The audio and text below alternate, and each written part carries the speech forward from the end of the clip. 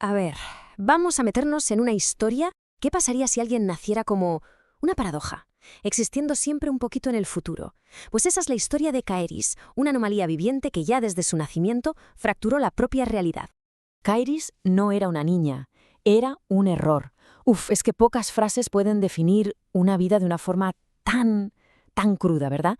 Desde el primer momento no la ven como una persona, sino como un fallo, un error en el tejido de la realidad. Su llegada no fue un milagro, no.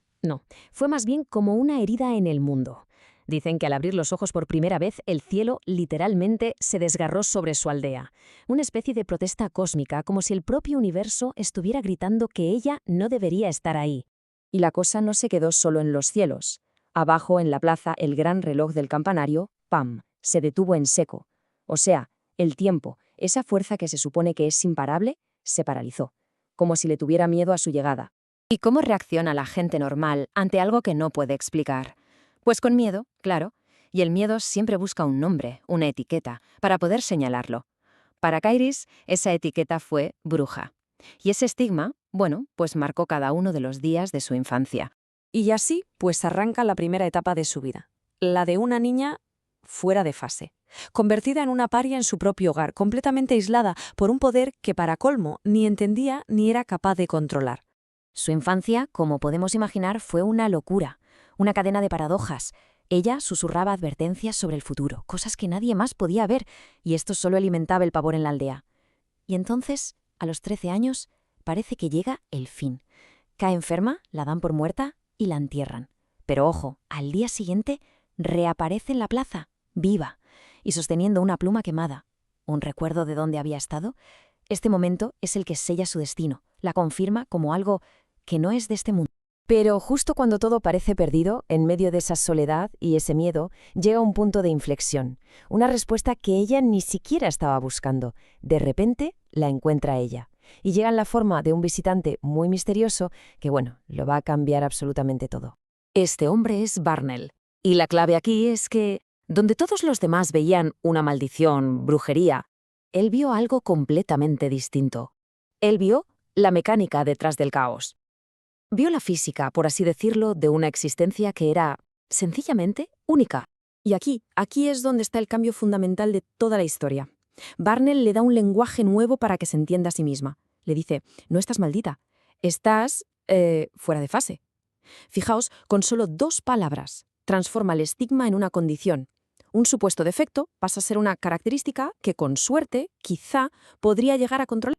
Claro que con este nuevo conocimiento también llega una advertencia muy seria. Barnell le pone sobre la mesa una elección crucial. O aprendes a templar ese don, afinarte, o te arriesgas a que tu poder, totalmente descontrolado, acabe rompiendo el tejido de la realidad, el suyo o el de los demás. Y así es como arranca su entrenamiento. Un proceso que, y esto es muy interesante, no busca potenciar su habilidad, sino justo lo contrario. El objetivo es aprender a contenerla, a anclarse en el ahora.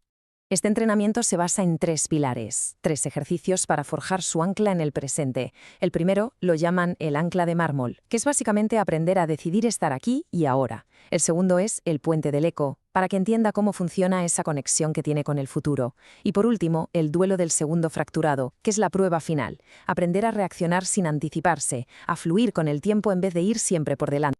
Lo que nos lleva a esta idea, que es la filosofía central de todo su aprendizaje. Para Kaeris, estar en el presente no es algo natural, no es su estado por defecto. Es un acto de pura voluntad. Es una decisión que tiene que tomar a cada instante de su vida. Bien, pues ahora vamos a ver cómo se aplican todas estas lecciones en el mundo real, porque aquí es donde la teoría se da de bruces con la realidad. Y las consecuencias son de vida o muerte. Y aquí es donde se topa con el gran dilema que va a definir el resto de su vida. La pregunta es, ¿cómo se puede ayudar a alguien con este poder sin robarle al mundo su propio momento? ¿Dónde está la línea que no se debe cruzar? La respuesta, por desgracia, le llega de la forma más dura, a través de 2 lecciones brutales. Por un lado, una intervención súper sutil, casi nada, dejar caer una moneda, y salva una vida. Por otro, una intervención directa, esconder un cuchillo para evitar una pelea, y el resultado es una tragedia mucho peor de la que quería evitar. Y de esa tragedia, claro, nace una sabiduría fundamental, una que ella misma anota en su diario, y dice así: el dolor no siempre es el enemigo, a veces es el muro que detiene algo peor. Es una lección tremenda. Aprende que no todas las heridas están ahí para que ella las sane. Así que, finalmente, vamos a ver cómo todas estas experiencias, las buenas y sobre todo las malas, la van forjando hasta convertirla en una verdadera maestra, transformando por completo quién es. Y es que su maestría no viene del poder en bruto, para nada, viene de la sabiduría, de la práctica diaria, constante, y de algo muy difícil, la aceptación dolorosa de sus propias limitaciones. Al final, se da cuenta de que la clave no es controlar el tiempo, sino aprender a fluir con él. Con el tiempo, su papel en el mundo evoluciona. Deja de ser esa fuerza caótica que rompía el tiempo para convertirse en otra cosa. Una influencia sutil, una corrección de rumbo silenciosa, casi invisible. Alguien que ayuda al destino a encontrar su mejor camino, pero sin forzarlo nunca. Y así es como la niña que nació siendo un error se convierte en la arquitecta del momento. Y nos deja con una pregunta flotando en el aire, una pregunta muy potente. ¿En qué punto exacto el poder de cambiar el destino deja de ser un regalo y se convierte en una carga insoportable? Bienvenidos. Hoy vamos a sumergirnos en la historia de Kairis, una mujer que no se limita a ver el futuro, no, ella lo moldea, lo diseña. Vamos a descubrir cómo una pequeña intervención, un ajuste casi imperceptible, puede cambiarlo todo, sin necesidad de grandes alardes de poder. Esta frase de su diario, es que lo resume todo, ¿verdad? Ella no es la típica heroína que aparece en el último segundo, no, lo suyo es mucho más sutil. Es esa pequeña piedra en el camino que evita el desastre.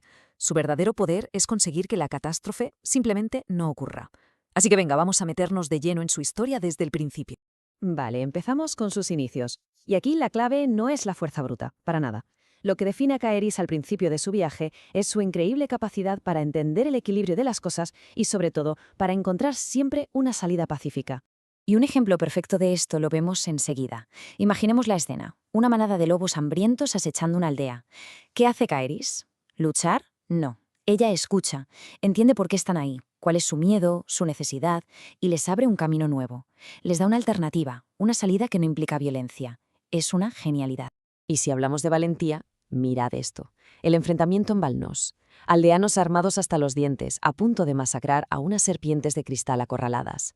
¿Y ella qué hace? ¿Un hechizo protector? ¿Qué va? Se planta en medio. Literalmente, se convierte en un escudo humano, en la única posibilidad de paz. Con su presencia obliga a que ambos lados se detengan y por un momento se vean. Luego tenemos lo del Valle de Cendrel. La cosa se pone seria. Un ritual que sale mal y de repente los elementos están completamente fuera de control. Fuego, agua, tierra, todo en un caos absoluto. Aquí Kairis no es una mediadora, no. Es más bien como una traductora. O mejor, como una relojera increíblemente precisa que en mitad de la tormenta va ajustando las piezas diminutas para que todo vuelva a funcionar en armonía. No para la tormenta, le da un nuevo ritmo. Claro, con estas hazañas su fama empieza a crecer. Y como era de esperar, llama la atención de gente poderosa. Así llega la invitación del mago Elvenor para ir al reino de Zarbanis. Un lugar que suena idílico, ¿verdad? Un mundo perfecto, sin crimen. Pero ya se sabe, cuando algo suena demasiado bueno para ser verdad, suele tener un precio muy alto. Aquí está el quid de la cuestión. La idea de Elvenor. Él quiere usar el don de Kairis para llevarlo al extremo. Predecir todos los crímenes, todo el sufrimiento y actuar antes de que ocurra. Es lo que llaman justicia preventiva. Suena bien, ¿no? Crear una sociedad perfecta, sin errores, una utopía basada en la seguridad absoluta. Pero claro, la realidad es otra cosa. Y el choque es brutal. La promesa era un mundo sin crimen. La realidad son jaulas. Jaulas llenas de futuros criminales. Gente encerrada no por lo que ha hecho, sino por lo que podría hacer. La promesa era seguridad. La realidad es una prisión basada en el miedo, donde se ha sacrificado por completo el libre albedrío. Y aquí es donde Kairis se enfrenta al gran dilema moral de su vida. Esto la obliga a plantearse para qué sirve realmente su don. ¿Es para controlar? ¿Para decidir por los demás? Al final, la pregunta es esa. ¿Es lícito sacrificar la libertad de todos por una seguridad perfecta? ¿Se puede arrancar una flor pensando que será una mala hierba? Bueno, pues enfrentada a esta elección, Kairis toma un camino que va a marcarla para siempre. Y es un rechazo rotundo a esa jaula de oro, a la filosofía de control total de Elvenor. Esta frase de su diario lo deja clarísimo. El tiempo es como un río. Si intentas ponerle una presa, al final se desborda por donde menos te lo esperas. Ella se da cuenta de que intentar forzar un orden perfecto es en realidad mucho más peligroso que aceptar el caos inherente a la libertad. Y con esto, al volver con su mentor, Barnell todo encaja. Esto no es solo decir no a un trabajo, es mucho más. Es Kairis definiéndose a sí misma, estableciendo su propio código. Ella no será una herramienta de control. Será una guardiana, alguien que protege el fluir natural de las cosas. Lo importante no es lo que puede hacer, sino lo que decide no hacer. Y después de esta decisión tan importante, su viaje la lleva a un sitio muy especial, un lugar místico que le va a enseñar algo fundamental, algo que cambiará su perspectiva para siempre. Ya no se trata solo de prevenir, sino de comprender. Este lugar es el Teatro del Narru, y es un teatro muy particular. No vas a ver una obra, vas a sentir, a recordar las historias de la gente que nunca tuvo voz. Allí experimenta la vida de Kurruk, un bardo que no podía hablar, pero que creó este espacio para que las tragedias no contadas fuesen vistas, sentidas, y al ser recordadas, se evita que se repitan. Y esta es la gran lección que se lleva de allí. Es potentísima. Para intervenir de verdad, no basta con mirar hacia adelante, hacia el futuro. Es crucial mirar hacia atrás, escuchar los ecos del pasado, entender por qué ocurrieron las cosas para que no vuelvan a pasar. Vale, y con todo este bagaje, con esta nueva forma de ver las cosas, llega el momento de la verdad, la prueba final. Un enfrentamiento directo con Elvenor y sus ideas, esta vez en el pueblo de Marnés. De repente, tiene una visión. Y es horrible. Una escuela ardiendo, las puertas bloqueadas, un niño atrapado dentro. Una tragedia en toda regla. La Kairis de antes habría corrido a evacuar, a detenerlo sin más. Pero la Kairis de ahora, la que ha aprendido la lección del eco, sabe que tiene que ir más allá, que algo no encaja. Así que, en lugar de actuar a la desesperada, investiga. Se va a la cocina de la escuela y allí encuentra algo. Un contenedor que vibra de una forma extraña.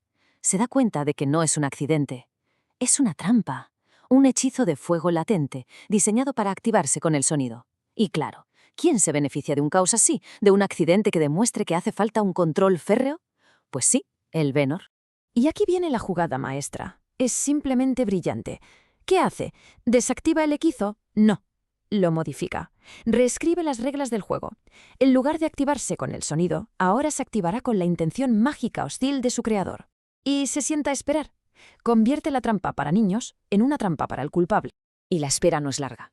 Aparece un agente de Elvenor, con la excusa de inspeccionar la escuela. En cuanto se acerca al contenedor con la intención de activar su propio plan, ¡zas! La contratrampa de Kairis salta.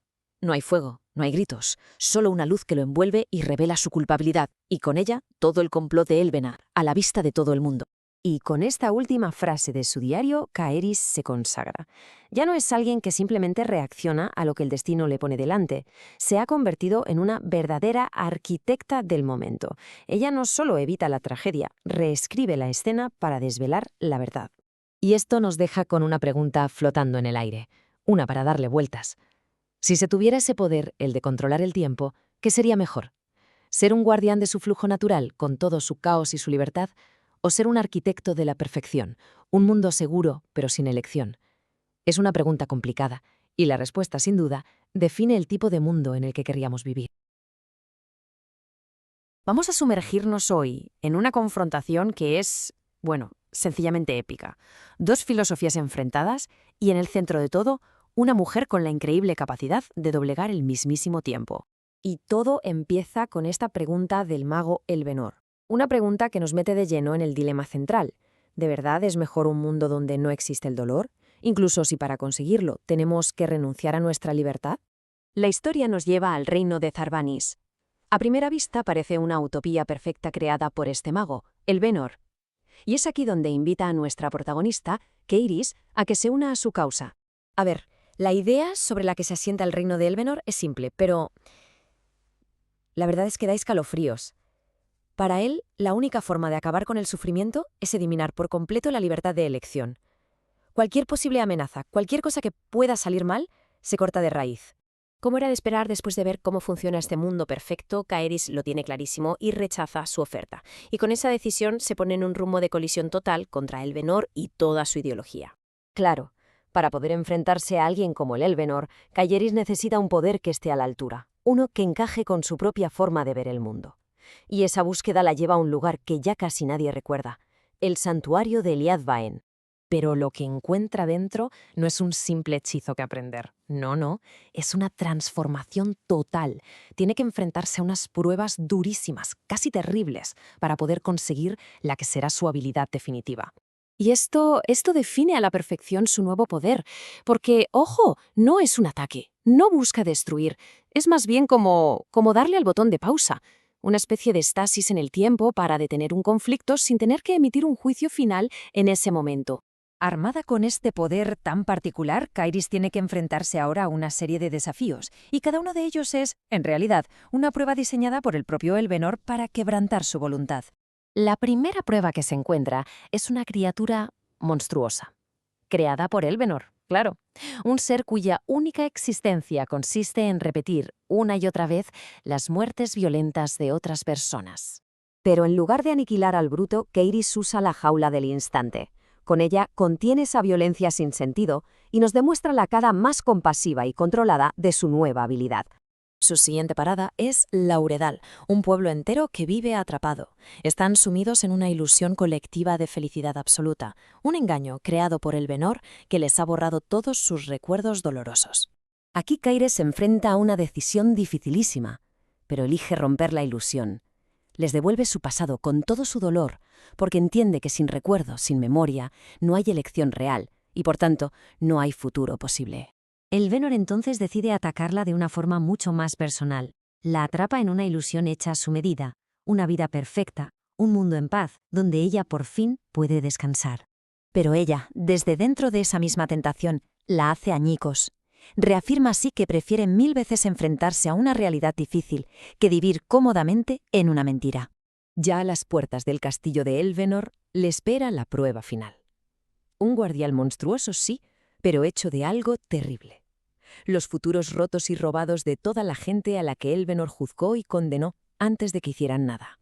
Tras superar todas las pruebas, Kairis por fin se encuentra cara a cara con Elvenor en su fortaleza. En ese lugar, símbolo del orden absoluto, va a tener lugar la batalla final, una batalla de ideas. Y esto es lo interesante, porque aquí se ve perfectamente el choque. Por un lado, el valor de la libertad, aunque sea caótica y dolorosa. Por el otro, la seguridad fría y calculadora del control absoluto. Dos formas totalmente opuestas de entender la paz. Y es entonces cuando Elvenor revela su arma definitiva, una máscara que no es que doblegue la realidad, no, es que la reescribe por completo para que se ajuste a sus leyes perfectas y rígidas. Pero el contraataque de Kairis no es de fuerza, sino de verdad. Convoca los ecos, los fantasmas de todas las vidas que Elvenor retorció y borró. Y esa es una verdad que ni siquiera una máscara tan poderosa puede negar. Con su lógica perfecta completamente destrozada, Kairis emite su propio juicio. Pero no lo destruye. Utiliza la forma más poderosa de su habilidad para suspenderlo a él mismo en el tiempo. La batalla ha terminado. Sí. Pero aquí nunca se trató de una simple victoria. Lo importante, lo crucial de verdad, es lo que pasa a partir de ahora. Kairis no se convierte en una reina ni en una jueza. Emerge como una leyenda viva. Una guardiana que ahora lleva consigo el símbolo del poder de su enemigo, precisamente para no olvidar nunca por qué ese tipo de poder no debe usarse jamás de esa manera. Y al final, todo nos devuelve a la misma pregunta que planteó Elvenor al principio, pero ahora la vemos de otra forma, a través del increíble viaje que ha hecho Kairis. Una pregunta que desde luego da que pensar.